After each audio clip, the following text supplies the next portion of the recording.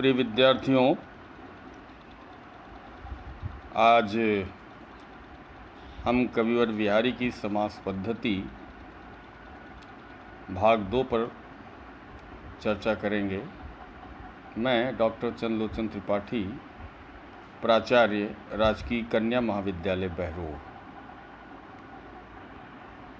जैसा कि आप सबको विदित है कि बीए द्वितीय वर्ष हिंदी साहित्य के प्रथम प्रश्न पत्र रीतिकालीन कविता के अंतर्गत बिहारी जैसे महत्वपूर्ण कवि और बिहारी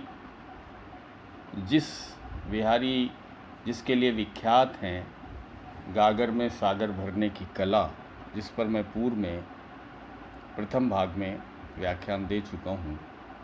आज उस व्याख्यान के द्वितीय भाग को आपके सम्मुख प्रस्तुत करूँगा और इस दूसरे भाग के बाद ये व्याख्यान पूर्ण होगा। बिहारी की समास पद्धति की विशेषताओं में से कुछ विशेषताओं की चर्चा मैं प्रथम भाग में कर चुका हूँ। आज बिहारी की समास पद्धति की एक अत्यंत महत्वपूर्ण विशेषता रही है कि वो पौराणिक एवं ऐतिहासिक प्रसंगों से संबंध स्थापित करते हुए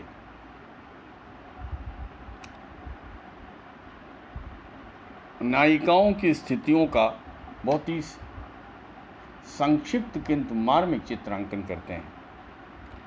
यानी बिहारी पौराणिक ऐतिहासिक प्रसंगों के माध्यम से नायिकाओं की विभिन्न स्थितियों के कुशल नियोजन में निष्णात रहे। उदाहरण के लिए बिहारी ने एक पूर्व रागिनी नायिका के प्रेम की सच्चाई का वर्णन करने के लिए उसका संबंध सीता जी की अग्नि परीक्षा से स्थापित किया है और लिखा है कि जिस तरह सीता जी दशमुख रावण के वश में रही थी, उसी तरह नायिका संकोच में वश में रही है। और जिस तरह सीता जी अपने सत्य की परीक्षा के लिए अग्नि में अपने शरीर का शोधन किया था, उसी तरह वो नायिका अपने प्रेम की सत्यता प्रकट करने के लिए रात दिन विरहाग्नि में शरीर को जला रही है। बस संकोच दस बदन बस सांच दिखावती बाल, सियलों शोधति तीय तनहि लगन अग्नि की ज्वाल। इस प्रकार समता देते हुए बिहारी ने जीवंत समास पद्धति का प्रयोग किया है। बहुत ही बड़े बड़े पौराणिक और ऐतिहासिक प्रसंगों के माध्यम से नायिकाओं की मनस्थितियों, स्थितियों, हाव भावों का बहुत ही सजीव चित्रांकन, कुशल नियोजन उनकी कविता में हमें दिखाई देता है। बिहारी की समास पद्धति की एक और महत्वपूर्ण विशेषता है कि जिस तरह बिहारी ने उपमा रूपक, सांग रूपक आदि सादृश्य मूलक अलंकारों द्वारा लंबे लंबे प्रसंगों का छोटे से दोहे में विधान किया है, उसी तरह असंगत, विरोधाभास जैसे विरोध मूलक अलंकारों द्वारा भी सुंदर प्रसंग विधान किया है,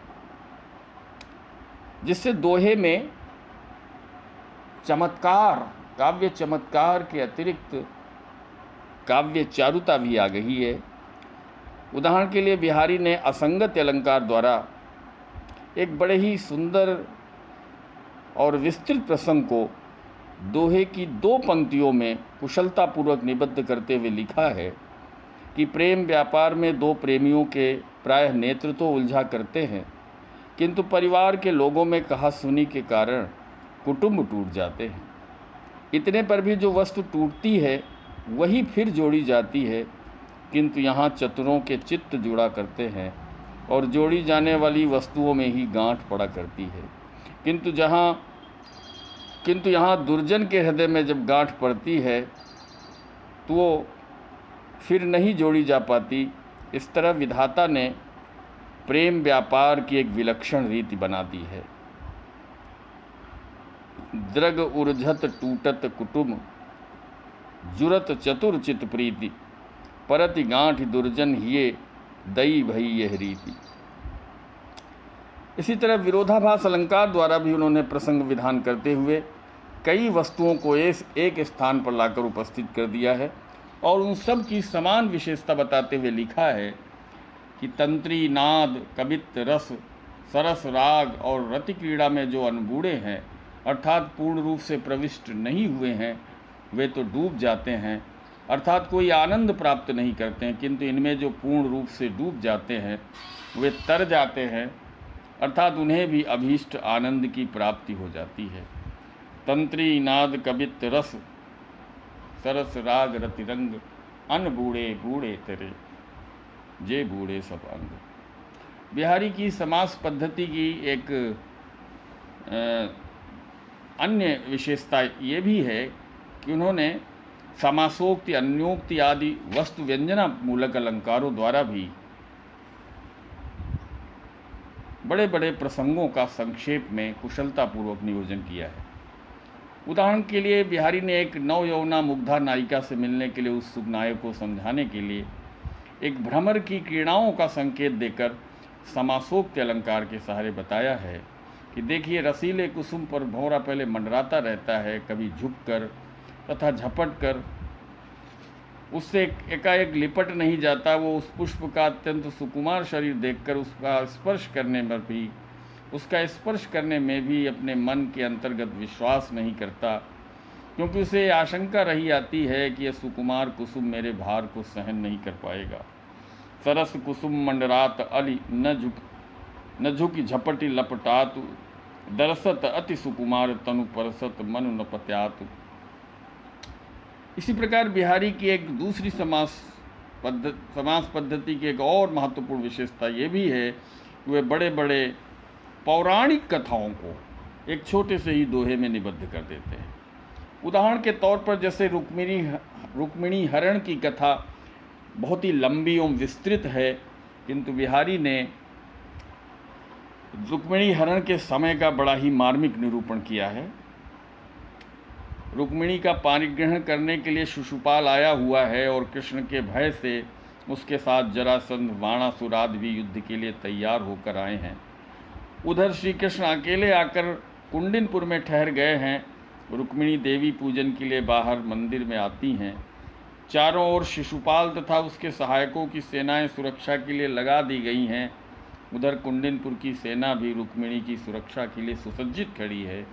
देवी के मंदिर में आकर रुक्मिणी पूजन करती है और भगवान कृष्ण को पति के रूप में प्राप्त करने के लिए देवी से वरदान मांगती है। उस समय तुरंत श्री कृष्ण आ उपस्थित होते हैं। उसी क्षण का विस्तृत वर्णन करते हुए बिहारी कहते हैं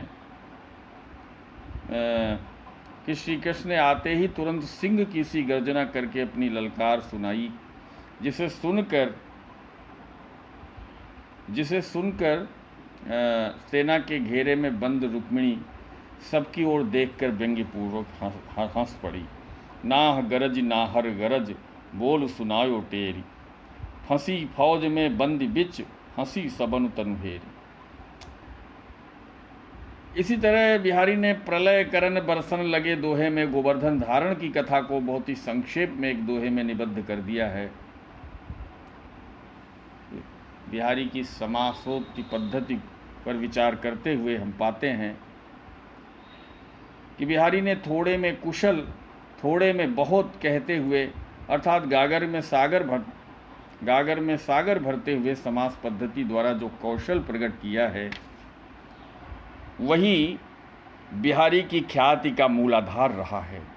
इस पद्धति द्वारा न केवल भाषा में रमणीयता एवं प्रांजलता का समावेश हुआ है, अपितु दोहे जैसे छोटे से छंद में भाव, गांधीर्य एवं वाग्वैदग्ध्य की भी पर्याप्त मात्रा में सृष्टि हुई है। निसंदेह बिहारी अपनी इसी समास पद्धति के द्वारा कल्पना की समाहार शक्ति के साथ साथ सरल एवं भावाव्यंजक मुक्तक लिखने में भी पूर्ण सफल हुए हैं।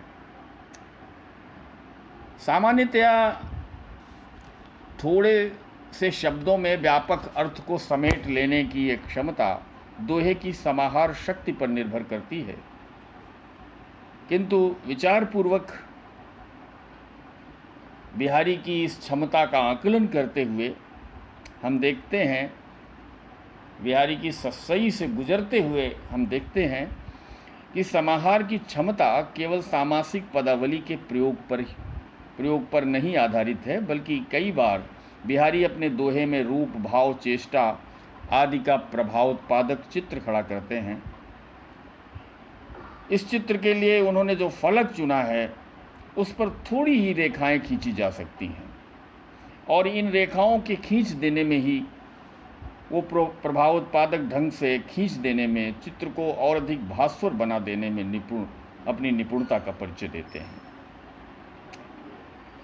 वस्तु व्यापारों के चुनाव में भी बिहारी ने जिस कुशलता का परिचय दिया है, वहाँ भी वो वस्तु व्यापारों में चुनाव को महत्व देते हैं, अपेक्षित चुनाव को, जो प्रभावपूर्ण भावचित्र खड़ा करने में समर्थ होते हैं। इन वस्तु व्यापारों में बिहारी ने जिस पर सर्वाधिक ध्यान दिया है वो है क्रम स्थापन, क्योंकि क्रम स्थापन, वस्तु व्यापारों में क्रम स्थापन करते हुए वो अपनी दोहे में कम शब्दों में अधिक कहने की कला को और अधिक प्रभावोत्पादक बनाते हैं। एक दोहा उदाहरण के तौर पर द्रष्टव्य है, सघन कुंज घन घन तिमिर, अधिक अंधेरी रात, तऊ न दुरिहें श्याम यह दीप सिखासी जात। पहली पंक्ति में जो 3 वस्तुओं कुंज, तिमिर, अंधेरी रात को क्रम दिया गया है, ये रात्रि की भयंकर कालिमा को उभारने में बहुत ही सूक्ष्म है। उन्होंने अपने चुनाव में प्रायः 3 या 4 ही वस्तु व्यापारों को चुना है, और कहीं कहीं दोहे में उपमा, रूपक, असंगत, विरोधाभास, दृष्टांत आदि अलंकारों का भी निर्वाह किया है। इस प्रकार हम देखते हैं कि बिहारी ने चाहे अनुभाव, भाव आदि का चित्रण हो, सर्वत्र गूढ़ अर्थ गर्भ वस्तु व्यापारों को ही चुना है। आचार्य रामचंद्र शुक्ल ने जिसे व्यापार शोधन का नाम दिया है, उसे हम सतसई में सर्वत्र देख सकते हैं। कला के प्रति अत्यधिक सचेत होने के कारण ही बिहारी में समासोक्ति पद्धति की ये कला और समासोक्ति पद्धति की परिधि से बाहर हाव भावों और अनुभवों, चेष्टाओं को कम शब्दों में विस्तृत अर्थ परिधि को समेट लेने की ये क्षमता पूरे रीतिकाल में बिहारी में अप्रतिम है। निष्कर्ष रूप में कह सकते हैं कि बिहारी अपनी समास पद्धति द्वारा और समास पद्धति के अतिरिक्त कम शब्दों में अधिक कहने की इस कला द्वारा, जो कि उनकी काव्य कला का और उनकी ख्याति का मूलाधार रहा है, सर्वाधिक इस क्षेत्र में बिहारी रीतिकाल में अपने आप बेजोड़ हैं, और इसीलिए अपनी इसी काव्य कला के कारण बिहारी अपने युग का प्रतिनिधित्व करते हैं। धन्यवाद। आपने इस व्याख्यान को बहुत ही ध्यानपूर्वक और मनोयोग के साथ सुना, देखा। इसे आप अधिक से अधिक संख्या में इसका अध्ययन मनन करते हुए इसे लाइक और सब्सक्राइब करें। इसी अपेक्षा और विश्वास के साथ आप सबका बहुत बहुत धन्यवाद।